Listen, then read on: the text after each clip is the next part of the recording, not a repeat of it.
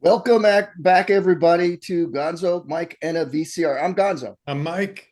We've got more movies to talk about here, Mike, today. And we have a super fan with us again. We've got all these super fans, these people coming on. So this episode's movie is Say Anything. And our super fan, his name is Mike, too. So I'm going to get confused all over the place. He might be Michael, Mike. I might call him the mortar maggot, right? Even I could even do that. He's not gonna like that. But so anyway, Mike, introduce yourself and tell us a little bit about how you became a super fan of Say Anything, bro.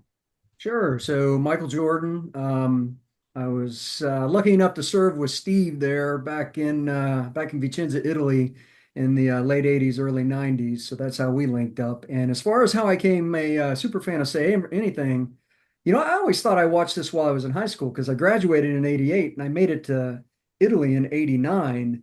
And the movie actually came out in '89. So I must have watched it for the first time on base, but I know I've seen it, you know, many more times after that. And I am prone to quote one-liners from this movie often. So Okay. I guess you could say that's how I became a super fan. All right, very cool, very cool. Yes, I remember our days in Vicenza, Italy. So, and I remember them fondly. Those days that I do remember. Some days I don't remember, but a lot of beer drinking going on back then. So we're real glad you're here with us today, bro. Um, and so let's get started. Everyone's cell phone silenced, please. Oh, Mine's yeah. good. All right. So in this episode, we're looking at the 1989. They call it a teen romantic comedy drama written and directed by Cameron Crowe in his feature directorial debut. This is starring John Cusack, and it is, like we said, Say Anything. This thing grossed 21.5 million at the box office against a budget of 16 million. Mike, that's not too good, is it? Hmm. No, not too good. So didn't make a lot of money. I'm trying to figure out though here, how did they how did they even spend $21.5 million making this? That's a good point. It's just like in a neighborhood, and like Yeah. they're driving around in like regular cars. Yeah, there are no special effects. There's nothing. Yeah, so I don't get it. And Cusack wasn't huge back then, right? This was earlier on in his stuff. So I I'm gonna I know I'm gonna upset our super fan, Mr. Jordan here. So I can't believe that Roger Ebert called it one of the best films of the year, and it was generally well reviewed. Now, Entertainment Weekly ranked it as number 11 on its list of the 50 best high school movies. I don't know. We'll see. And it got 98% on Rotten Tomatoes. This really surprises me too. It just does, man. So, okay. So, for those people who haven't seen this movie, or you saw it way back when it came out in, what did we say that was, 1989, we're gonna have Mike, because we're not going to make our super fan Mr. Jordan do any extra work here. Mike, give us the plot. Tell us what this movie's about, to refresh memories, or just to tell people who haven't seen it. Go for Sure.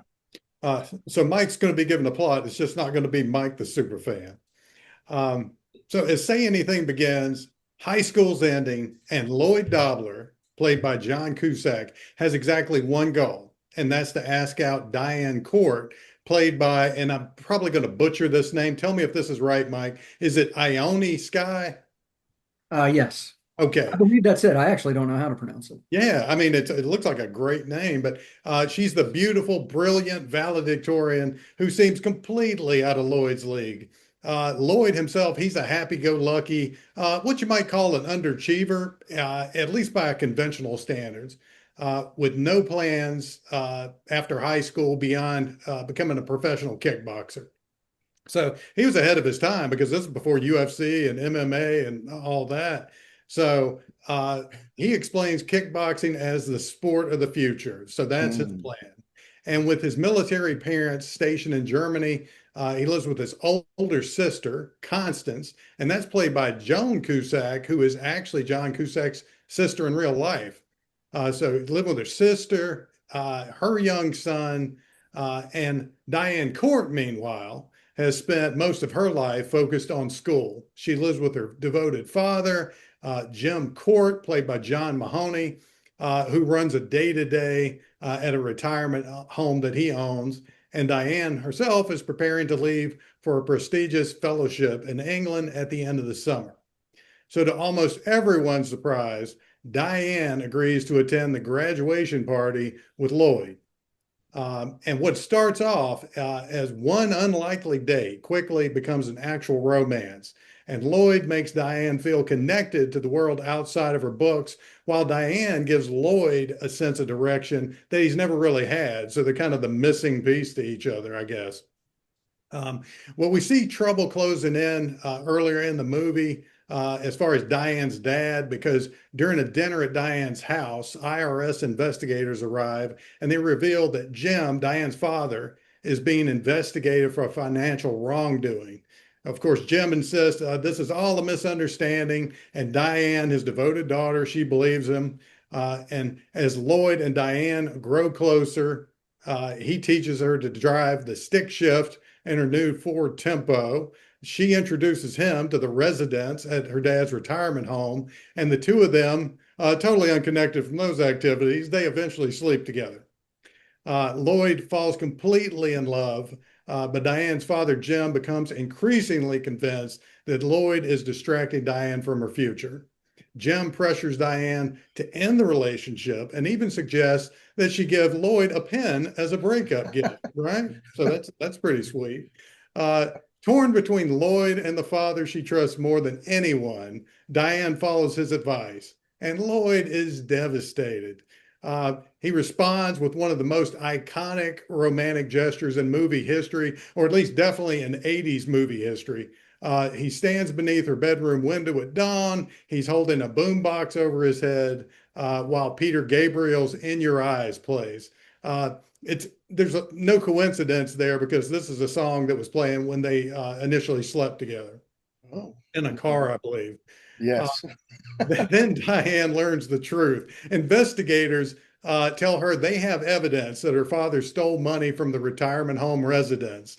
So this movie's really going sideways. She discovers cash hidden inside their house, and although her father Jim claims he took the money to protect her future, Diane realizes the father that she idolized has betrayed both her and the people in his care. Heartbroken, she returns to Lloyd, finding him at his kickboxing gym. By summer's end, Jim, her father, has accepted a plea deal. He's serving time in prison. And before leaving for England, Diane visits him to say goodbye and gives him the same pen he once told her to use to break up with Lloyd. Poetic justice, I guess. So then Lloyd, Diane board their flight together, and as she anxiously waits for takeoff because she's very afraid of flying, Lloyd assures her that everything will be okay once they hear the airplane's smoking sign ding. They wait, it dings, and the credits roll.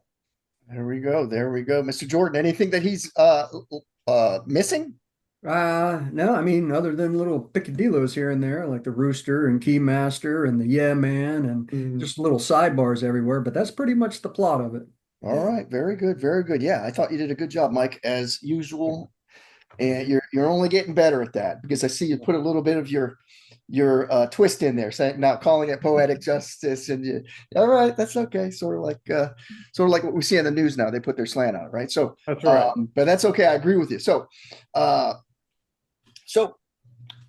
first take, when you first saw this movie, Jordan, we know you told us about how clearly you liked it. You use a lot of one-liners from Lloyd Dobler, probably, and you became a super fan. So, Mike, how about you? Before your prep to watch this movie for the episode, had you seen this before?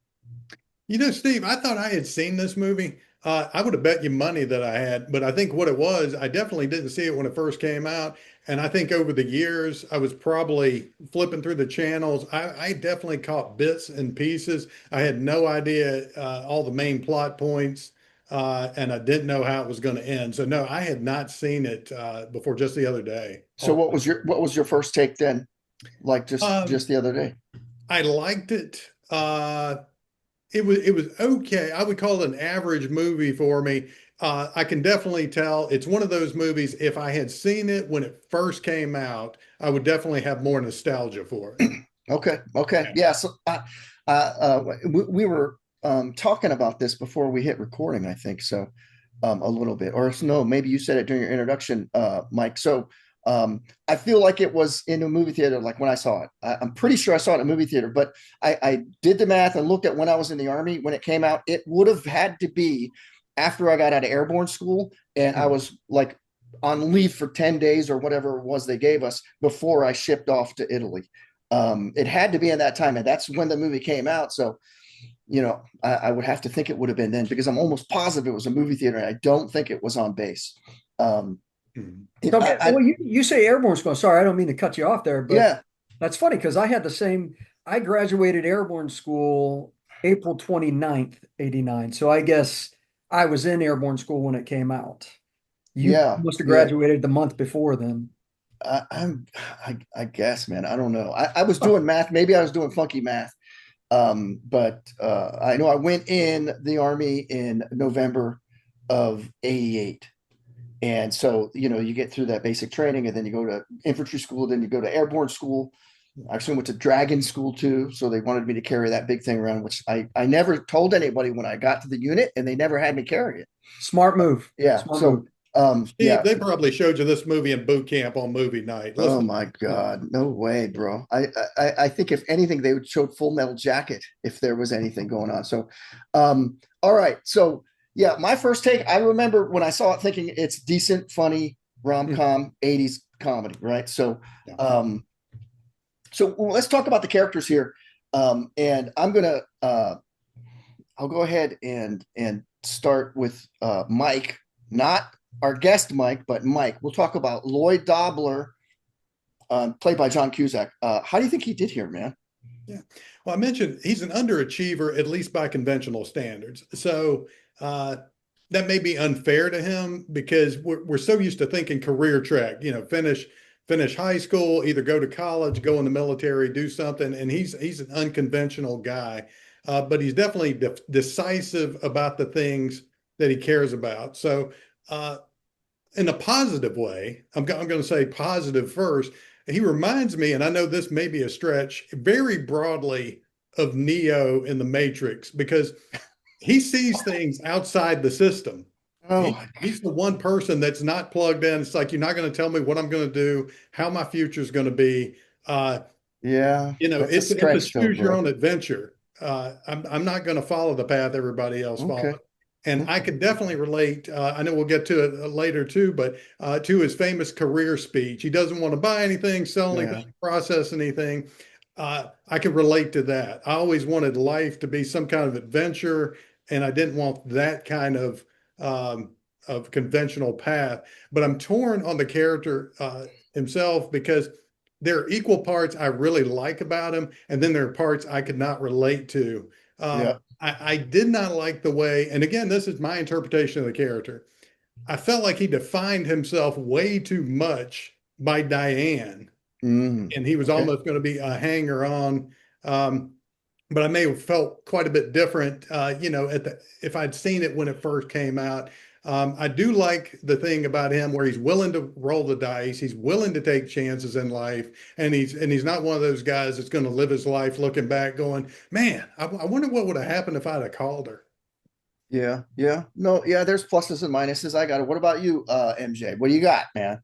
How do you Yeah, like? so when I was, well, first off, I watched the movie when it first came out, obviously, and then I watched it subsequently a few times after that. But I just wanted to say that I actually hadn't watched the movie other than a clip here and there when you're like, oh, I'm gonna, go back to that quote. I hadn't seen anything from it in probably a decade and a half.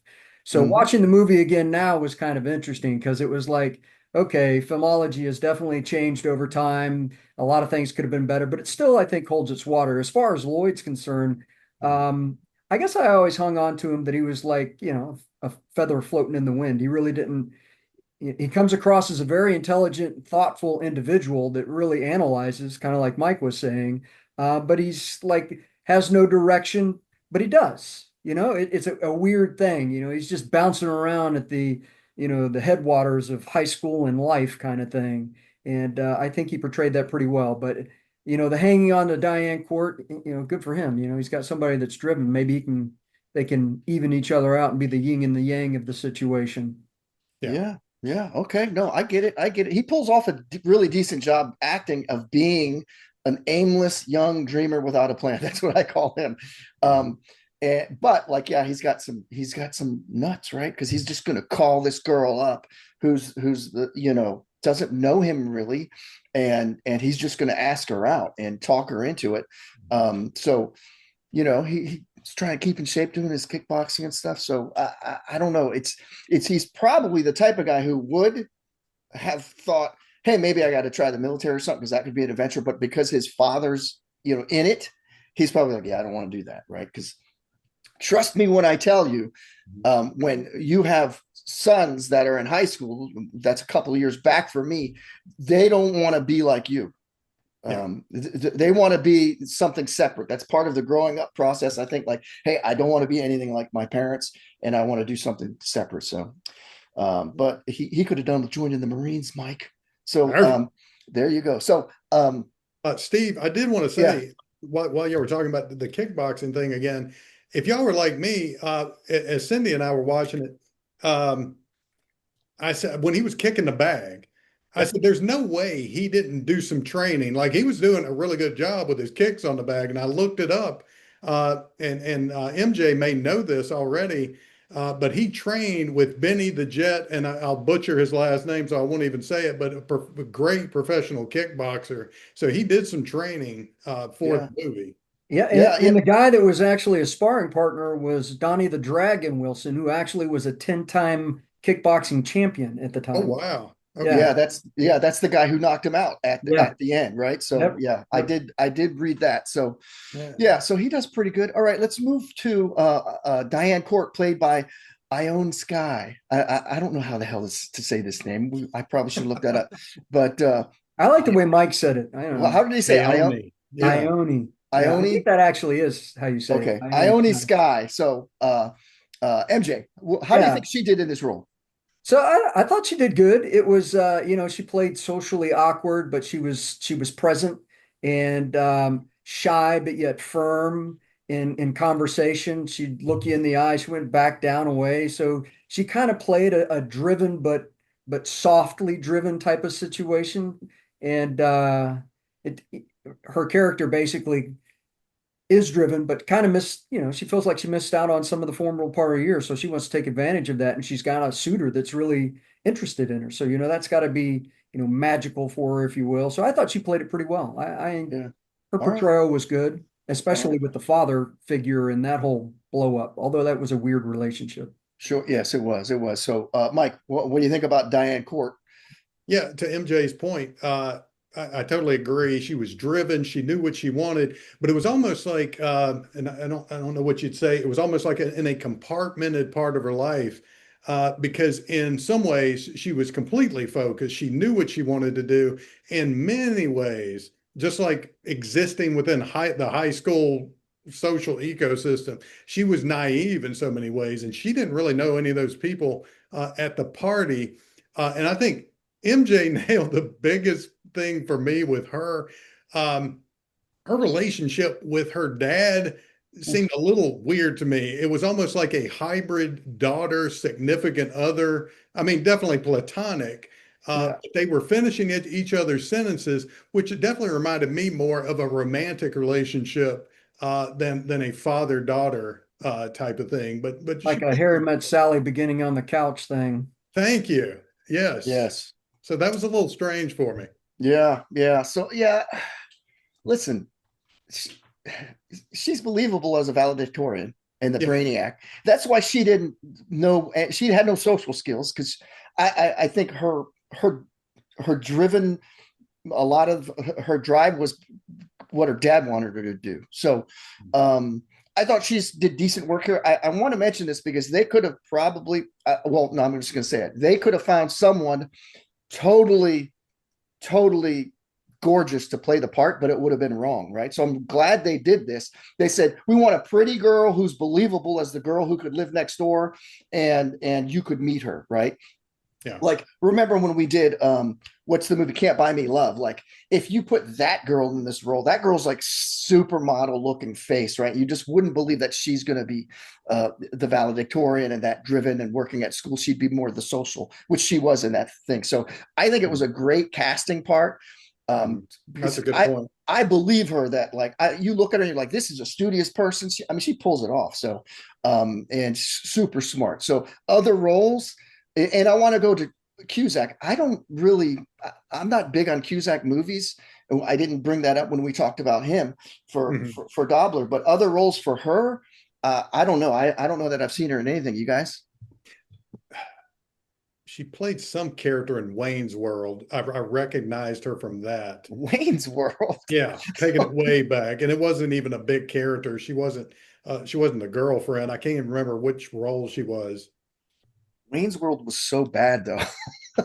Oh, I loved it in the moment it came out, but you're absolutely right. I think when I watch that or I watch Austin Powers, oh my God, some of those movies don't No. age as well. No, they don't. They're not good. So, all right. There are a few of those out there. Yeah, and Cusack has been in other stuff, but I don't really. It's not other stuff that I was into that I've really seen. But I mean, what I think other Runaway movies? Jury, is that the one? He was in one of those John Grisham movies. He did a good job in that, but I'm like you, Steve. I don't remember a lot of his movies that I saw. Yeah, you know what he's doing now? He's I read about it like yesterday, and he's doing a lot of movies. He was doing a couple movies a year. Like, he did some movies in Japan where there were like sort of crappy movies, right? He did some crappy movies, nothing big. And he got upset with how the production is, in his words, in an interview I saw with him. He's like, the producers, the directors, anyone who's funding the film, they all have their say on how they want the film to come off and how they want it. He's like, that's not like the way I like to do it. He thinks the actors should just be able to put their spin on the role and go with it. So now he is just about to come out with, I think in September, a graphic novel that he's got an artist who drew it and he did the story. So be on the lookout for that, I guess. So that'll either be incredible or suck completely. Yeah. So, but anyway, so okay. Yeah, and Ione Skye, however you say that name. Yeah. Never been in anything else. I'm assuming. I don't know. So well, I can actually tell you that she was in a couple of things. They were really low key, but at the time she was filming for this. Yeah. I think she was 16 or 17. She was dating Anthony Keating, who was the lead singer of Red Hot Chili Peppers, who was 24. Oh, wow. Really? Yeah. Really? Yeah. That's an issue. Back then it wasn't. Great parenting. Yeah. Right? There you go. So, well, her father was Donovan too. He was a singer-songwriter. Was that her father? Yeah. Was Donovan? That's how she got in there, right? I know Donovan well, right? They call me Mellow Yellow, Season of the Witch, all that good stuff. The good stuff, man. Not that it's perfect weed smoking music, Donovan, right? Not that I know anything about that, fellas, but it is what it is. I am from the 80s. So, hey, we're going to move on to Jim Court, played by John Mahoney. So, Mike, how do you like him in this role here? He was actually probably my favorite thing about the movie, and maybe it's because I'm an old dude now.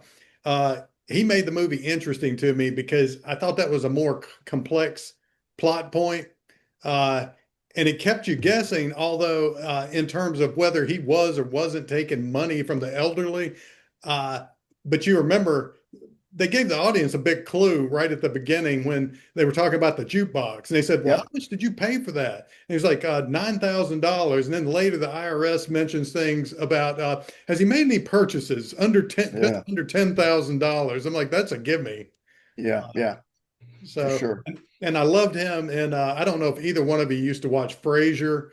He was great as the dad in Frasier, Marty. Yeah, I did like Frasier. Yeah, he was good there. Yeah.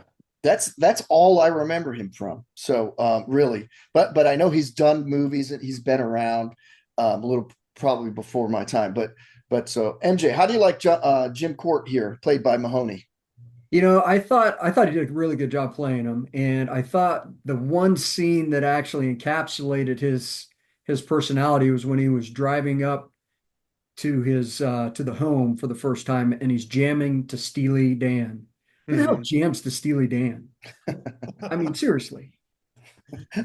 I hear you. So that's putting you right into his age group. Like that's who he is. Oh man, I don't know. Steely Dan. It's been a long time since I heard them. I will say Steely Dan is not on my playlist. Um, so Yeah. yeah, I thought he did good work here. He's been in a lot of movies, a lot of stuff sort of before my time. Like I said, Frasier's the only thing I know him from. He played a good sort of like he's like the grumpy guy, right? The grumpy father. Yeah. Um, Ex-cop. yeah. So he does pretty well. There's some other characters here, not tons and tons of people, but I want to talk about them because some of them we've seen in other things, and some people would give me crap if I didn't mention them. So we're going to go talk about um, Corey Flood, which is a good friend of Lloyd, played, which is also Joe's ex. That's how we get introduced to her, played by Lily Taylor. Mike, how do you think? How did you like her in this role? This annoying role. Yeah. She was my least favorite character. Uh, I was trying to think of why she bothered me so much. But for me, she was way too maternal to Lloyd for me. Okay. Okay. And she struck me as like almost having a passive control type of thing because she was like, don't do that, don't do this. I even hated the voice that she used, even if that's her real voice. Um, it was strange to me, not that guys can't have best friends who were girls. It was just strange to me. He's going to be a kickboxer. I felt like she was his best friend. Uh, Yeah, seems and like it. she was sort of, that motherly. She was a big fan of his. She was supportive. I didn't like her character. I had seen the actress in Mystic Pizza. Yep, I had seen her. I don't know if either one of you have seen Dogfight. I have not. MJ.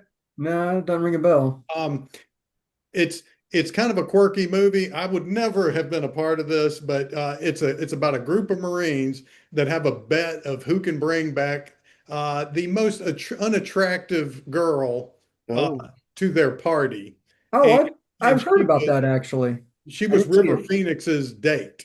I think it oh was my. River Phoenix in that movie. Okay, okay. So, MJ, how do you like Lily Taylor's job here? Um, I mean, I think she played the role really well. The role was kind of annoying, like Mike was saying. Definitely controlling, but I thought she did okay. I'm not a big fan of, for whatever reason, Mhm. her as an actress, and I Okay, can't pinpoint it, okay, because she's good. There's Yeah, just something that just doesn't click for me. yeah, she's believable. Yeah. okay, Yeah, okay. Yeah, I thought she is so annoying. It's almost funny. That was almost funny. But yeah, like, I got to tell you, this is advice to people out there. Anyone, you're in a relationship and someone breaks up with you. If they don't want you, you cannot be wasting your life pining for this person. It's totally wasted time. You have to move on in your life. So she's just so. It's like that's the thing. Like you said, Mike. She's giving Lloyd like, here's what you should do in your life. He should be telling her, you need to forget about Joe. Like he should be giving her the advice because he's right. doing better in his life than she's doing in hers. She's Yeah. sitting here thinking about this guy writing 100 songs or whatever it is about him.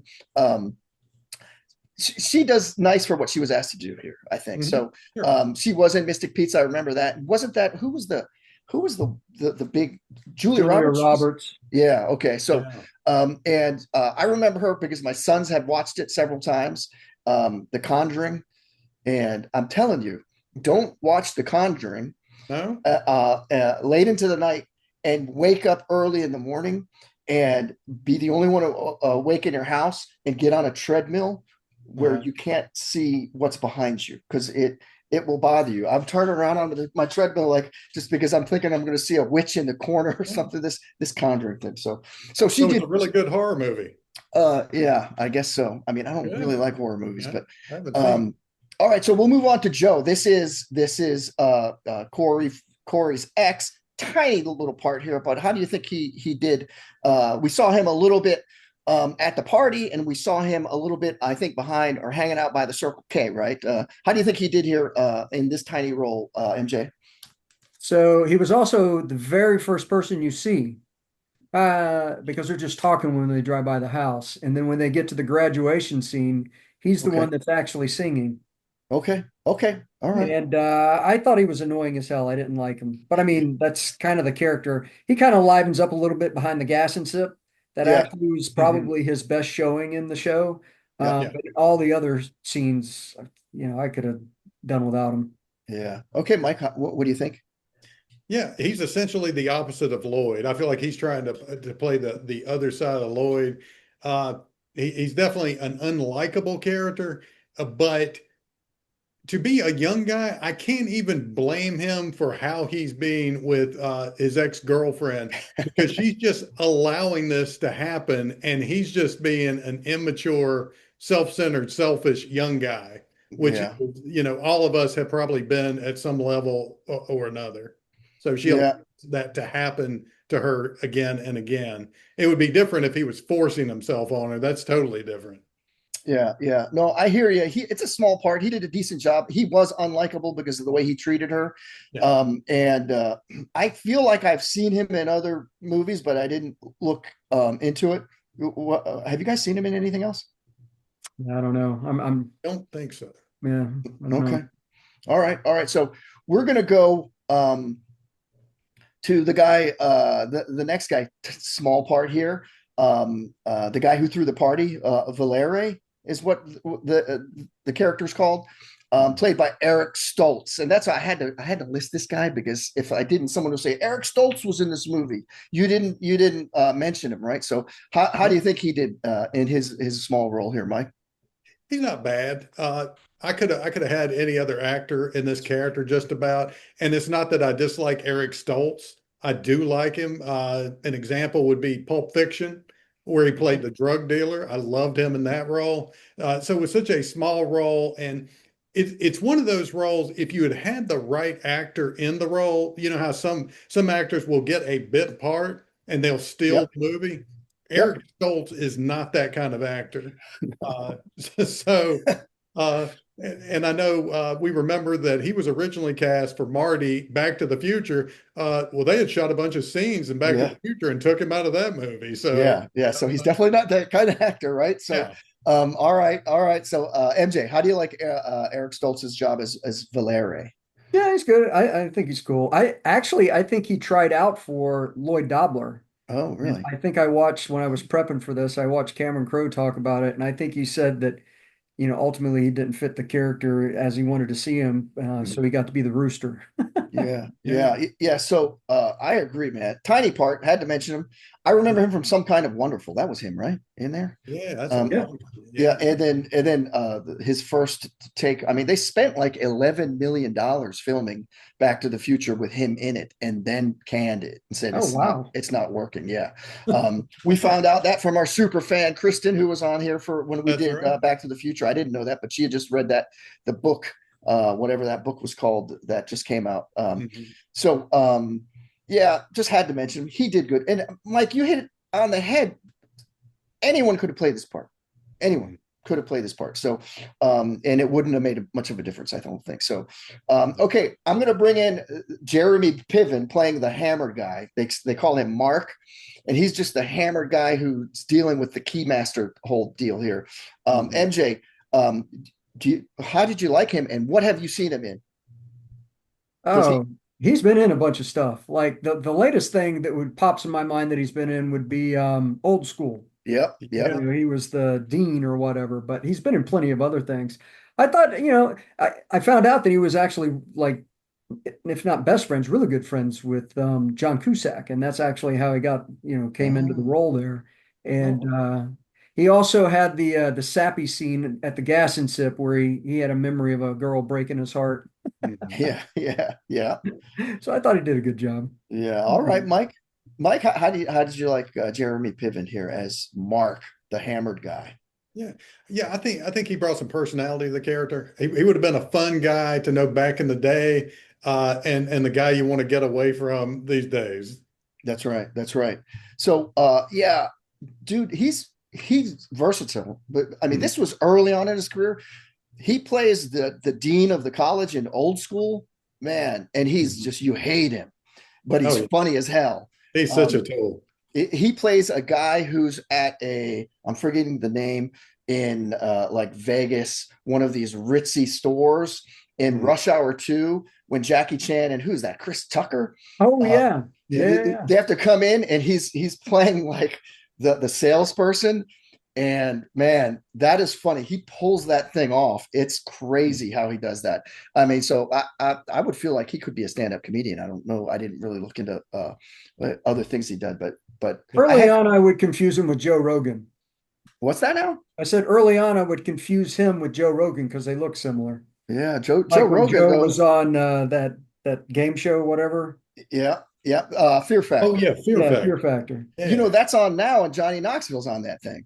That Oh, really? they redid Fear Factor in a sort of different, like they're all living in a house. It's, I watched one episode, I was like, this is terrible, right? But Mhm. Johnny Knoxville is playing the what Joe Rogan did, the host.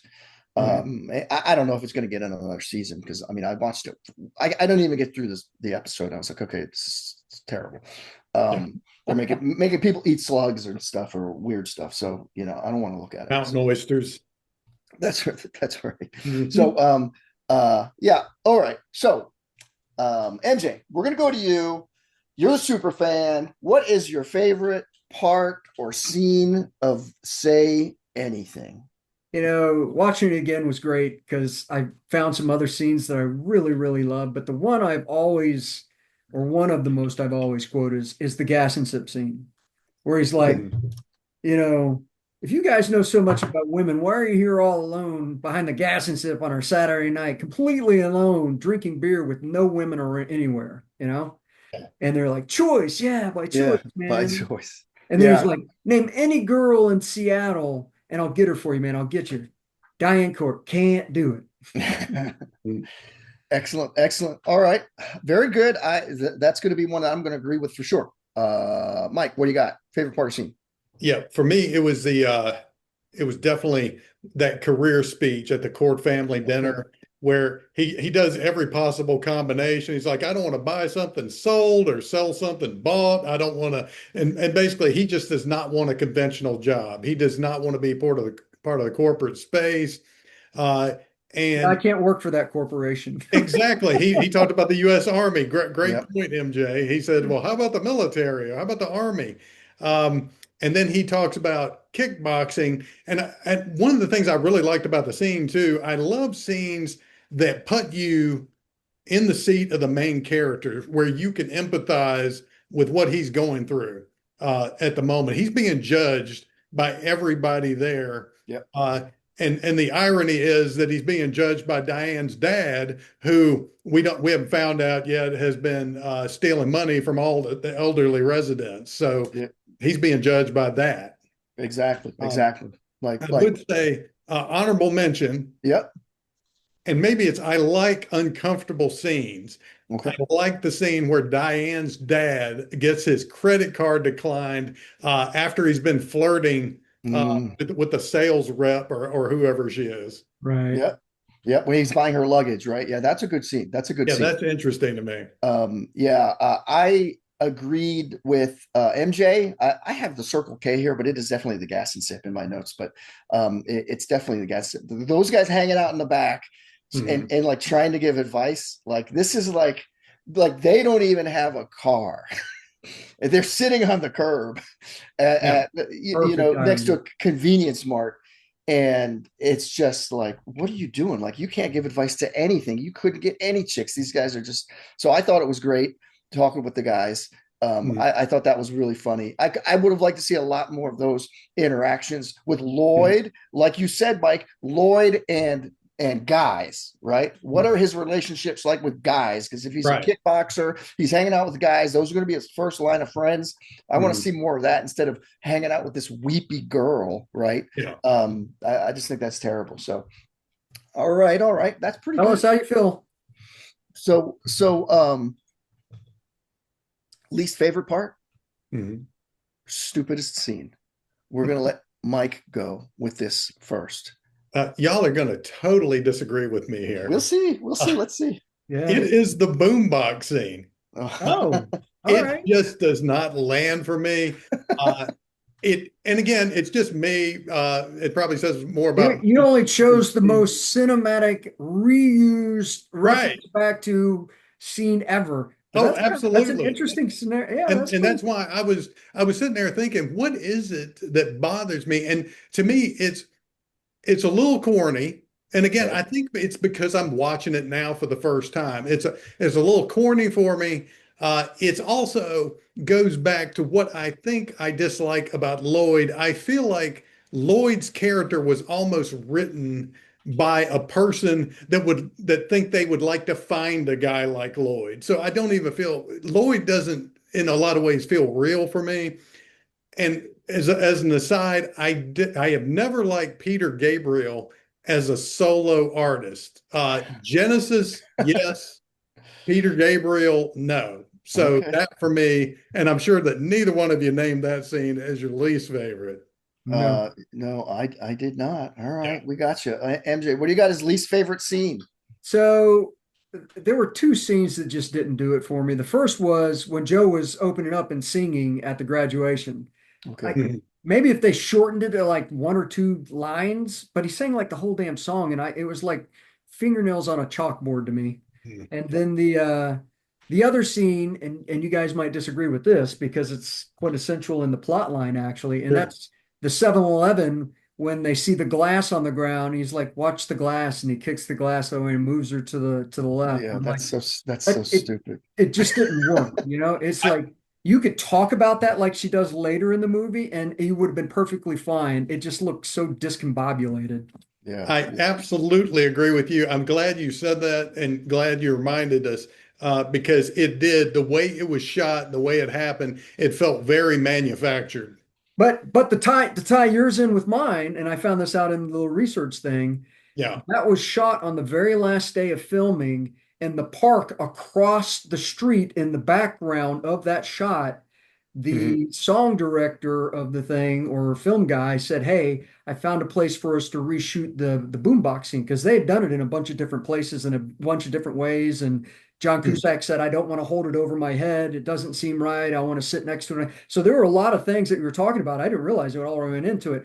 But the funny Mhm. thing is that scene that made the movie was Yeah. literally filmed. It was the last thing they ever filmed, and it was right as the sun was going down on the park across the street from that 7-Eleven. So it's interesting how those two scenes actually tie together. Okay. Yeah. Yeah. Okay. So both of you guys scenes that you don't like tie together. There we go. Very good. So listen, I got some bad ones here. Um, Uh, anytime Lloyd is driving, he's uh, talking to her for like oh, you 2 minutes, are not absolutely looking at the right. road. I was like, what is he doing? Like, talking to my wife while I'm watching. He's gonna wreck. There's no way you could talk for that long. Like they're talking Yes. about the pen and the breakup, and like he's literally talking for a minute and a half, and just the cars are going by on the streets. He's going through neighborhoods, like he would hit something or someone. So, too much. They got to get better at that. You are I, absolutely right about that. yeah, and I've got a dishonorable mention throughout the entire movie. Lloyd Dobler is completely aimless. Now, this is so annoying to me Mhm. because, like, aimless, listen, you have to have a plan in life. You have to do something. Like, Uh, and I've read or heard this on a podcast or something lately. mhm. So I'm not taking credit for it, but like, I heard someone say, listen, do the right thing. Mhm. Okay. Do the wrong thing. At least you learn a lesson.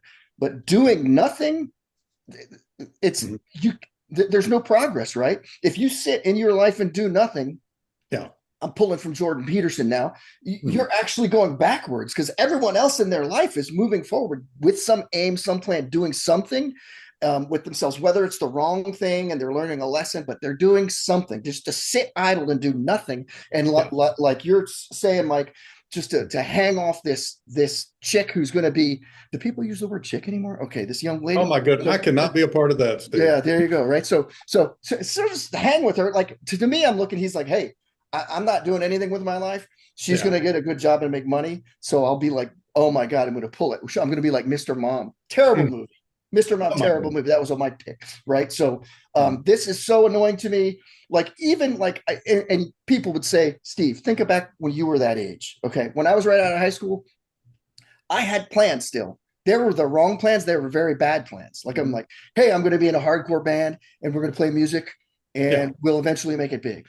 Or like, hey, we're going to get a bunch of guys together, save some money, get part-time or get full-time jobs, and then we'll all rent an apartment together and destroy it. Like these are bad plans. Yeah. This is before I went to the army. I realized, hey, none of my plans are working, right? So, Mhm.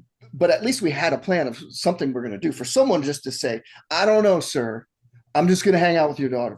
Like, what type of loser is this? No wonder the dad doesn't like it. All right. Yeah, he talks about how good he is at that. It's like, well, you need to be a little better at something else. Yeah, I'm good at hanging out with your daughter. Well, see, I think you guys are missing it. He was nervous. It was in the moment. He's really a kickboxer, an aspiring kickboxer, and something that nobody knew about at the time that was going to be a multi-billion dollar, trillion dollar industry. And he Okay. was the precipice of it. That is Okay. true. You know what? This is probably, we don't realize it. This was the Dana White story. Exactly. Oh my Yes, God. that is a great point, MJ. It's crazy. Crazy. Get off Okay. my boy Lloyd's back, Steve. Okay. Yeah. Yeah. Come on. Lloyd needs to go into the airborne, man. Come on. Steve's least favorite part of this movie is the whole movie. Okay. Hold on. Okay. Uh, MJ, best one-liners. You said you've got some one-liners. This is a thing we started doing here. What's your best one-liners that you got from him, man? Yeah, so the one I probably quote the most is I gave her a pen and she gave me, or I gave her my heart and she gave me a pen. Okay. Okay. Um, but there's so many that are in there. And in fact, I found one that I really love that I completely forgot about, and that's with him and his nephew, where he's like, yeah, man, yeah, get level hasn't really got up there yet. And he's like, give me the soul book, brother. I can't do it to you. Yeah. All right. All right. Very good. Very good. Anything else? Yeah, I got a few more in there, but we'll leave it at that. Okay. Okay. Mike, one-liners? Yeah, MJ's was my number two. I absolutely love that in terms of the delivery. She gave me a pen. I gave her my heart, and she gave me a pen. So, Yeah. I love that. Uh, Yeah. and I won't walk all the way through it. It's probably a collection of lines, but again, I keep going back to the dinner scene where he Yep. went through the whole thing about I don't want to sell anything, buy anything, or process anything as a career, and he just goes through every possible combination of that. Yep. I love Yep. that part. I thought that was original. Um, and I haven't even seen, what is the movie? The Graduate. I have not seen The Graduate, but I've seen a scene out of The Graduate where Dustin Hoffman talks about plastics, or he's having a discussion with a businessman about plastics. Right. It I know the almost scene. reminds me of that. It's like an anti-corporate kind of scene. Okay. Okay. That actual scene, I found out that he had actually written down a manifesto that he wanted to incorporate into the movie, and apparently him and Cameron knocked it all out on set there. Like, Really? yeah, I mean, That's interesting. yeah. So he had some creative licensing in there. Mhm. Interesting. Interesting. Yeah. That was pretty good. I don't really have any one-liners myself from this. It's because you didn't like the movie, Steve. Come on. Listen. This guy is so You know what Steve's favorite lame. from He's this got movie no was? point in his life. What are you doing with your life, man? Do something, man. Steve, your favorite line from this movie is at the end when he says, once that dings, everything will be okay. Steve's favorite line from the movie is when it dings. Right. It's actually not a word, it's a sound. It's a sound. Hey, it's It's over. the end of the movie. All right. All right. So any deep cuts? Mike, you first. Things that we haven't talked about, man. Yeah. I loved, I was doing some research into the movie, and I was looking at early ideas for the titles, and they included Common Walls, which, oh my God, that would have been awful. What? Mixed Up Shook Girl. But my favorite one was Golden Girl. Oh my God. That would have been fantastic. I think this movie came out before Golden Girls or after, or Probably where did this well, I fall? don't know. Golden Girls is trash anyway, so Yeah. trash TV, right? So, um, The the other thing I would say, there's almost an argument to be made, and I know we're introduced to Lloyd Dobler. But if you look at everything that happens in this movie and where the growth takes place and where the majority of the action is, you could almost say that Diane is more of a main character than Lloyd is. I mean, everything centers around her, even where Lloyd's going to end up. So I Yeah. think, I was thinking about that after I watched it, and I was thinking about, okay, what did I like? What were my favorite parts? And they had a lot to do with her dad and what was going on with the family. Wait, you talked about all these titles. Yeah. Well, like, am I missing what? Maybe I missed it. Mhm. Why is it called Say Anything? What the hell is it? When did that happen? I think because, and correct me if I'm wrong, MJ, what I took away from the title, why it's called Say Anything, it's like Lloyd has no internal filter. He gets nervous, he gets awkward. So just there's like this stream of consciousness that pops out of his mouth. There's no holding back. Okay, MJ, what do you got on Yeah, it? that, and I think it's in relationships or whatever, it's just say anything, you Yeah. know. You don't be afraid of doing something. Just say it. Just do it. Okay, Mhm. okay. So he's sort of living his life that way. Like, hey, because I guess at the start, whatever that his weepy friend, that girl who plays guitar, she's like, oh, you can't call her, right? He was like, so he's just like, I'm just call her up, like, and said, what are you going to say? He's like, I'll figure it out, right? So I guess Mhm. that's what it's sort of like, because he's living life like that. Um, I don't know. I think some of those names are terrible. But to your point, when they said Golden Girl, even though that would have been a terrible name, Mhm. at that time they were thinking of that name, Mike. They were thinking she's Yeah. sort of the main character here, right? Mhm.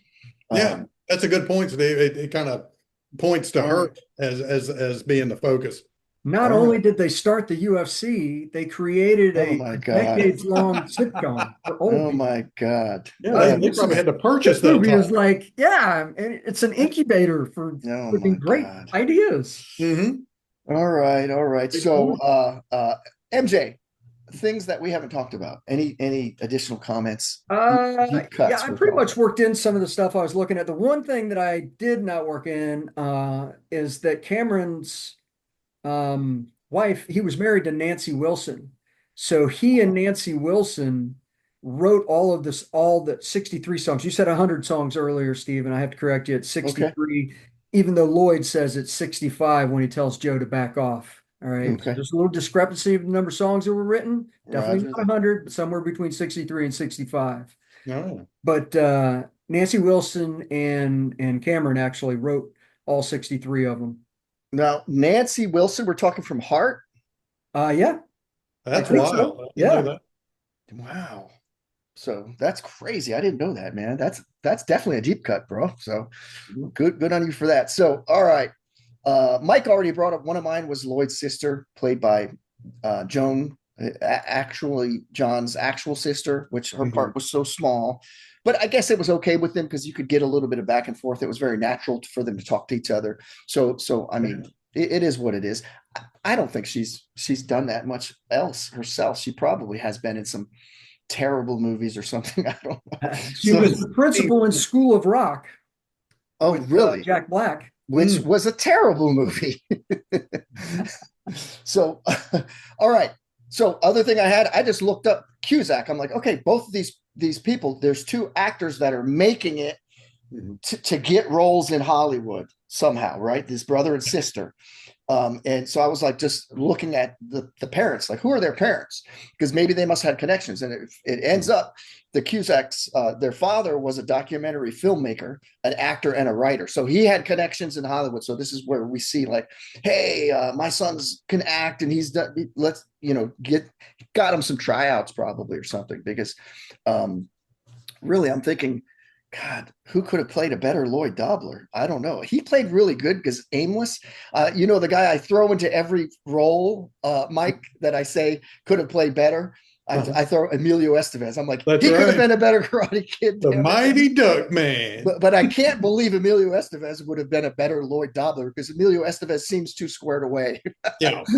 And Lloyd Dobler seems too aimless and, I don't know, whatever. So, and their mother was a math teacher and political activist is what it said. I don't know what they mean by that. But anyway, so that's their connection to Hollywood. That's a little bit of what I found out. So, MJ, we always say, as you know, listen, if there's not a message, a lesson, or a moral of the story, then why would you even watch it? Why would you read a book, watch a movie, anything, if there's nothing in it for you, nothing you can take away from it? So, MJ, you're the super fan. What's your moral of the story here, man? I don't know. I struggled with this one. I'm not gonna lie. I just thought it was a fun movie, carefree.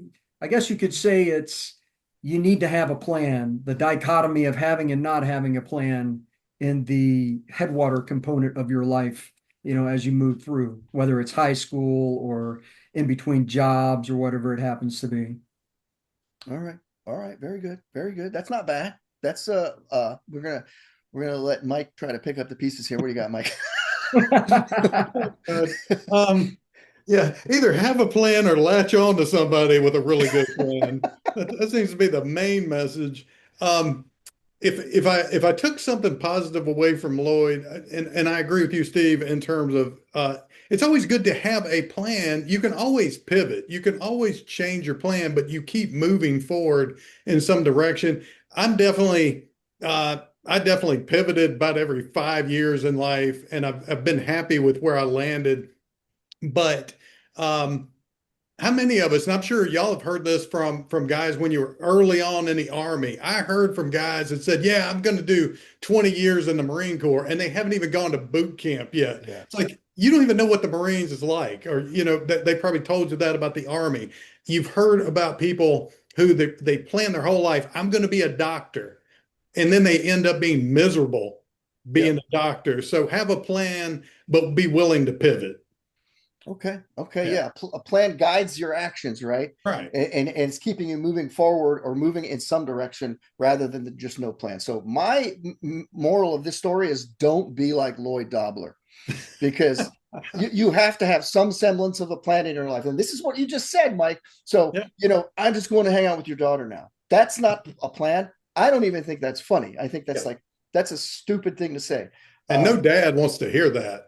Exactly. I'm just gonna, and even I'm sure he's even more pissed that she's going to, or he's tagging along to England with her, right, for her scholarship, whatever that thing's called, fellowship, whatever. So, and I said even a bad plan would be more interesting than no plan, right? That's a big thing.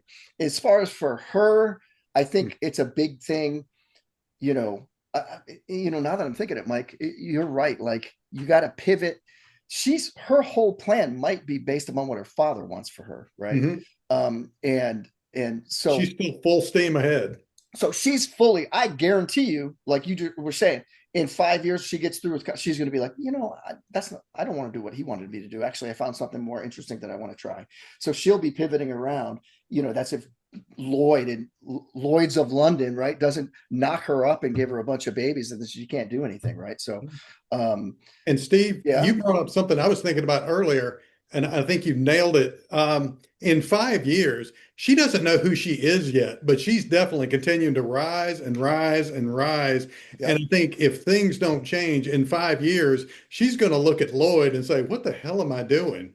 Yeah, exactly. She'll blame him, right? So, and for her, the last message I have for her to take away, she's still going on to England to study. Her dad did something bad, mm-hmm. That's not you, right? If your family does something, has a bad reputation, does something, we can't hang our reputation around that. Like, mm-hmm. Someone could have a family member who did something terrible and like, hey, that's not me. Like, you can live your own life. You can get past those things. So I think that's a message you could take out of it as well. So, sure. And I would also say, that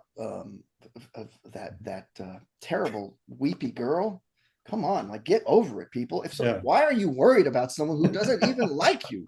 And he's just toying with you. Just Jeez. MJ is going to unplug in a minute. Man. Okay. Okay. So, all right, MJ. Hey, look, I gave you better choices of movies. I would much have preferred the other one that I suggested, but Did you say The Longest Day? I did say The The Longest Day. Longest Day. This is a story I got. One, that movie is like 100 years old. Right. So, Two, everybody's in it. Everybody. It'd be a I have 5 hour not seen that podcast. one, Steve. And three, funny story about this. This is so okay. I was born 68. People, whatever, do the math. So my brothers, I'm thinking my older brothers.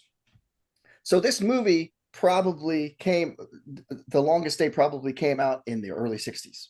Yeah. 60, 61, 62, because my brother, I think, was born in 63. My dad, having no clue what the hell he's doing, asks my mom out for the first time. She's like a secretary. That's what they called it back then, people. He was an accountant, working for Texaco, if you remember, Texas Oil Company, right? Yeah. And he asks her out and it's like, yeah, we can go see a movie or something. And he takes her. The Longest Day had just been out, and this movie is like 3 hours long. Like, who wants to go to a 3 hour? Like, he had no idea how long it was going to be. It was like, it could have ruined it for him, right? Because she's like, oh my God, this guy took me to a 3 hour movie. What type of jerk is this? That was probably a test. I don't know, but he didn't know. He told me, he said he clearly didn't know. I mean, he's like 90 now, so yeah, he tells that story. So that's pretty funny. All right, so hey. You can defend it, MJ. You can say anything. It's all right. Hey, you stand by it, MJ. I stand by Mr. Mom. That is a funny Mr. movie. Mom is terrible. It's trash. So, all right. So, would you, if someone has not seen this and you run into him, MJ, are you telling them to watch it? Hell yeah, I'm telling them to watch it. Okay. Okay. Very good. Very good. And so you still liked it. You watched it after all these years recently. So I would say that the one thing that really, especially going back to any movies back in the 80s, that you and I, that was our, pre big time. So just the way movies were filmed, it's so, now it's like you're sitting inside of a VR tape or something. But back then, when you watch them again, sometimes that just takes away from it. But I think this movie actually still holds water. I still think it's got the whole high school theme, regardless of technology and everything that has changed. I think those dynamics are still in the high schools these days. Yep. And I think people could look back and reminisce upon that and relate to somebody within that structure. And I think some people would enjoy it. Okay. All right. Very good. Very good. Mike, what do you got? What's your take on it? I mean, your original take, because you just saw it for the first time. All the way through, right? And what's your recommendation?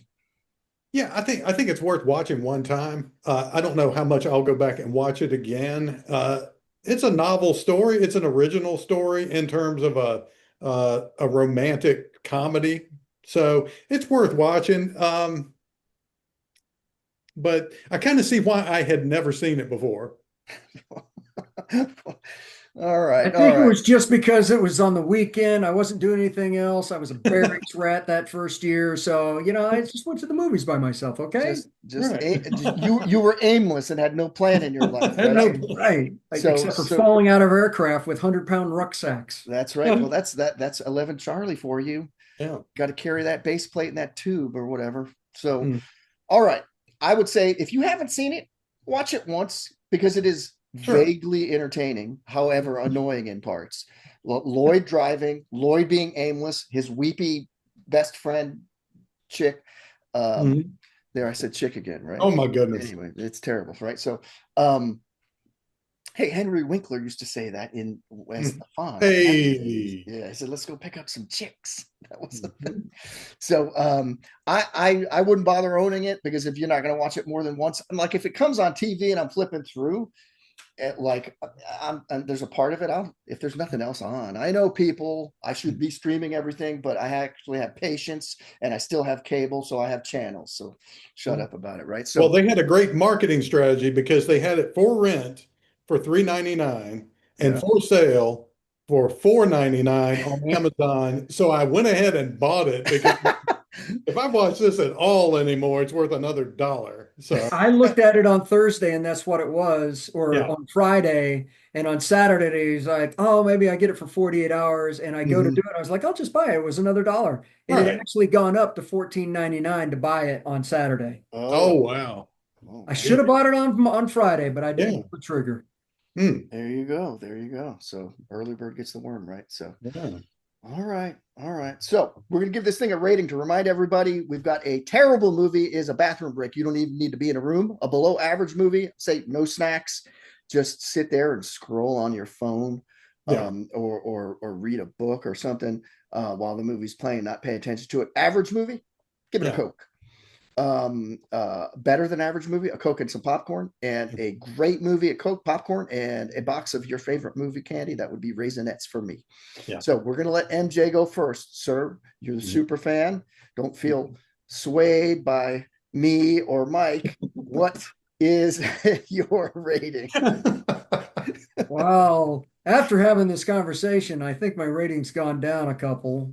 Mhm. No, I put down a Diet Coke, a popcorn, and a bag of peanut M&Ms because Ooh, I Mhm. like those. it's the reminiscing part and the fact that I had seen it Yeah. so many years ago. I think going back to it now, that's my rating.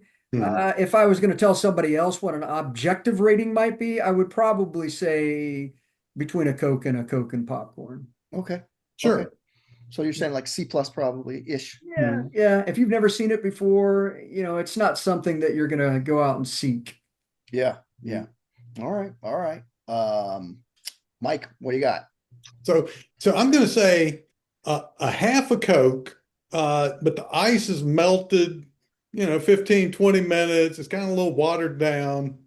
That's where I'm at. So it's like a Coke minus. Okay, Coke minus, C minus, right? Yeah. So, all right, all right. I'm gonna give this thing a Coke Mm. because, like I said, it's vaguely entertaining. It is. I actually like to be annoyed a little bit because it gets me riled up. Yeah. So it is annoying. But it's 80s though. It's 80s nostalgia, and I did see it back in the 80s, and it makes me think of those times when I was brand new. And look behind MJ, the picture there is a skinny Steve Gonzalez Hmm. in the green shirt there as a super duper paratrooper in the airborne. So That is um, pure testosterone. yeah, there you go, right there. So Yeah. there we got it. Next to Don't my forget the buddies. Chuck Tees. You got the black Chuck Tees, brah. That's right. Chuck Taylor's got the Hmm. Chucks, got fellow paratrooper Sean in the picture there. So good guy there. Um, so all right. All right. Yeah, I'll give it a Coke. I'll give it a Coke. It's nostalgic. Hmm. But I'm not gonna own it. All right. So all right, people. I think we wrapped that one up pretty good. I'd like to thank everyone for listening to Gonzo, Mike, and a VCR. We want to thank MJ for being on the podcast. We finally figured out what to call you here by the end. Absolutely. But we loved having you on. What parting words of wisdom do you have for us, man? Um, Peace, love, and tranquility to all my flower children. I There we like go. it. All right, very good, very good. And then that's right before you drop a mortar round right on them, right? So Oh, well, it's better than shoot, move, and communicate, but we'll that's go we'll go peace and love. This was a romantic movie. okay. Okay, Yeah. high angle hell, right? That's what you had written over the door in our barracks, man. So all right, I people, actually have that barracks thing right here over my door. I do you took really? Yeah, I Oh, that's took it awesome. because Shay actually drew that skeleton thing. Yeah, yeah. Was that Smitty? Yeah, Smitty. Okay, man. Wow. Back in the day. So people, if you enjoyed it, please follow or subscribe. We'd appreciate it. We'd love it if you share the show with a fellow movie lover or 80s enthusiast or whoever. Follow us on Facebook, Gonzo Mike and a VCR podcast. If you have a movie you'd like us to watch, if you're a super fan like MJ and want to be a guest or just have a comment, or even if like you'd like to tell us what your favorite music was in the 80s or whenever you grew up, shoot us an email. What was your favorite music growing up in the 80s? I'm gonna go start first. And that's going to lead us into the next movie that we're gonna review here. I was into hardcore, man, hardcore and some speed metal, but mainly into hardcore in the 80s. What about you, Mike? I was all over the place. I got into music in the early 80s, so I liked everything from rap to rock, heavy metal. If I had to go with one band, Barry it, Manilow. oh yeah, it was Barry Manilow, Copacabana. It was Van Halen versus Van Hagar back when David Lee Roth was with the band. So if I had to name one band that kind of summed up what I liked. Yeah, you got to love the David Lee Roth version, right? Yeah. Of the band. So, MJ, Can't go favorite music wrong with Van Halen. So I had three influences through the 80s: the Beatles, Queen, and Metallica. All right, very good. Good Yeah, ones. how could you not have Metallica influence in that room with those roommates you were with? That's Yeah, all it was. They were playing Master of Puppets and Ride the Lightning like loud as could be every time I walked by there. So Death, deliverance for you for sure. that's right, man. Jeez. So Then he had another one bites dust coming in, so that's a good. Oh, they song. gave me hell for the Queen stuff. Yeah, Yeah. now Queen's awesome. Screw them. I loved them. That's that's right. right. That's In a right. There you go. non-gay way. Thank you. All right. All right. Very good. Very good. So, people, if you want to do any of those things, shoot us an email at gonzomikevcr@gmail.com. That is GONZOMIKEVCR@gmail.com. I'm checking that thing once daily for you. Additionally, feel free to leave comments on the listening platform, Spotify, Apple, YouTube, whatever. We're getting a lot of hits on YouTube. So we'll respond to those as well. There's some polls on Spotify. If you're a Spotify listener, please let us know what your thoughts are. Now, our next episode, we have another returning super fan. It's a returning super fan. So we're going all the way back to 1984 to watch a cult classic. Listen to this, Mike. Cult classic, sci-fi, black comedy, starring my man, Emilio Estevez. Emilio. Tell him what it is, Mike. This is a movie. I don't even know what to say about the movie because this is one of those I have never seen before. Looking forward to it. It's Repo Man. There you go. Yeah, this movie is crazy. And this is like what I said, the hardcore music I listen to. The soundtrack to this movie is incredible if you're into hardcore, right? So I'm just going to say that right now. So yeah, we're going to check that out with returning super fan. That's going to be great fun. And we'll see what you give it as a rating, Mike. So all right. It's a good one. It's going to bring back memories for me. So all right, people. Looks like that's a wrap. I'm Gonzo. I'm Mike. I'm MJ. Until next time, keep watching movies. Gonzo Mike and a VCR is produced by Gonzo and Mike. All rights reserved. Gonzo, Mike, and a VCR. Press rewind, they're the movie stars. And